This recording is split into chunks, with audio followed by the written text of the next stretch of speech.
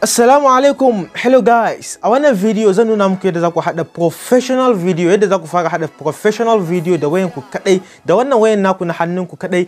Kowane irin waya kake amfani da shi, ko kana amfani da iPhone ne irin wannan, ko kana amfani da Samsung ne ko Infinix ko Tecno, duk zaka iya hada video yadda ake so professional da wayanka.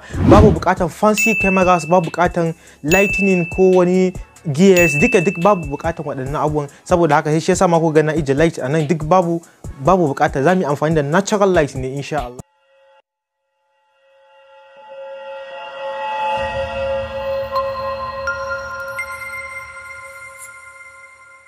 Kuma ta ku yi mana subscribing ga wannan channel din, saboda haka zan ba ku 5 steps wanda za ku yi amfani da shi wajen yin video. Kowane irin waya kake amfani da shi, babu bukatan kowane irin abu wani gear, kawai da wayanka kadai. Sannan ka kuma ta kamar yadda muke koyar da editing ne wannan video din, muna amfani da Kinemaster application. Sannan zaka koma ka yi editing din abinka a Kinemaster professional edit, babu wani wahala. Hanya ta farko shine framing. Kun ga yanzu idan kuka duba mun yi bayanin framing tun a first video editing ɗinmu da muka yi part 1. Saboda haka framing duk abin da ya shafi wato size na social media ɗinmu, kamar misali waɗanda suke so su fara uploading videos, suna son su dinga uploading videos a TikTok ko a Facebook ko a Reel ko a Instagram duka.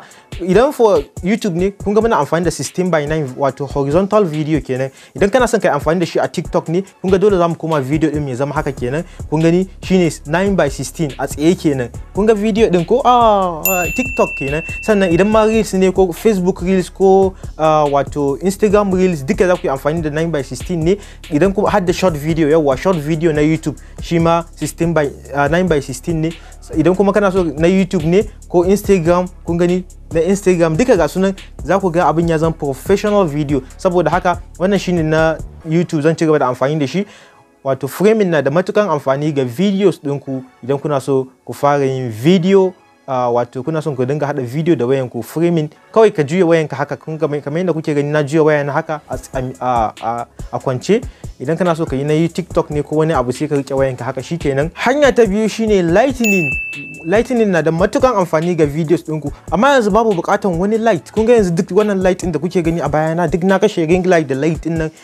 Ina amfani da natural light ne daga window kamar yadda kuke gani. Amma ga waɗanda suke so su yi amfani da video da light, amma ga waɗanda suke so su fara amfani da light, za ku iya ɗauko wannan light ɗin, ring light kenan, sai ku dinga ku siye shi, zai taimaka muku. Duk zan nuna muku a videos na gaba, zan yi bayanin yadda za ku siya wannan duk a social a AliExpress, Jumia cikin sauki, ba wannan tsada sosai. Sannan ga lead ɗin nan shi ma zai taimaka muku sosai, duk akwai haske sosai.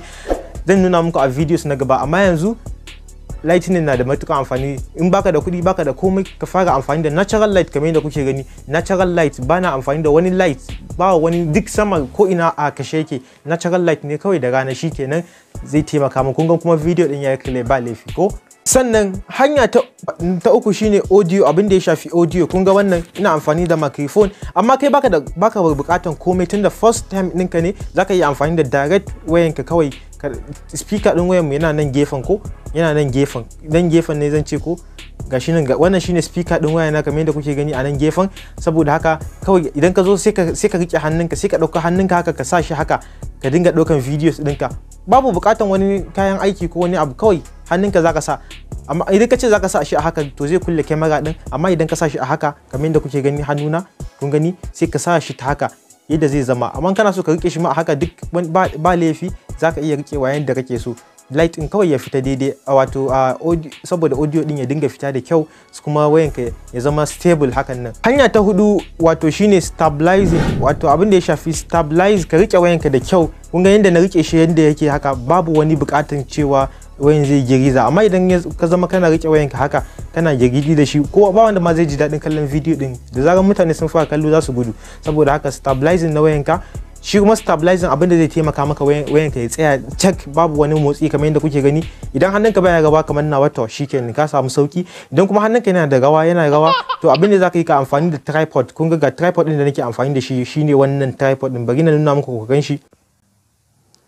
Wannan shine irin tripod din da nake amfani da shi. Idan ka do tripod din, ba wani, simple tripod ne, duk da wannan yana dan tsada kaɗan, amma akwai waɗanda suka fi sauki sosai. Za ku iya siya saboda ku fara amfani da shi. Wannan yana da tsawo ne sosai, ya tsawon shi ma yafi wannan fa, yafi wannan, kawai saboda ina zaune ne shi yasa za ku ga cewa na rage tsawon shi, amma tsawon shi ya fi haka.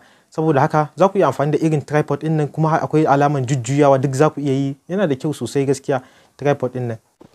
Idan kuna so na yi video akan abin da ya shafi tripod, shi ma za ku iya ije min magana a comment ku ce kuna bukata. Zan fito muku da tripod kala-kala wanda za ku siya insha Allah, kuma zan dinga ije muku linkin kowane kayan aiki da zan yi amfani da shi saboda ku samu saukin siya. Idan za ku siya AliExpress ne cikin sauki, zan ije muku link ɗina wanda nake wato affiliate link ɗina wanda za ku dinga siya directly daga cikin sauki, ba sai ka je kana ta sacin wanne ne yafi wanne ne bai fi ba. Saboda haka abu na biyar da zamu shiga shine wato abin da ya shafi location. Kun ga yanzu nan aiki ne kaɗan, ba wani girma sosai, amma kun ga location ɗin ba wani hayaniya, ba wani matsala.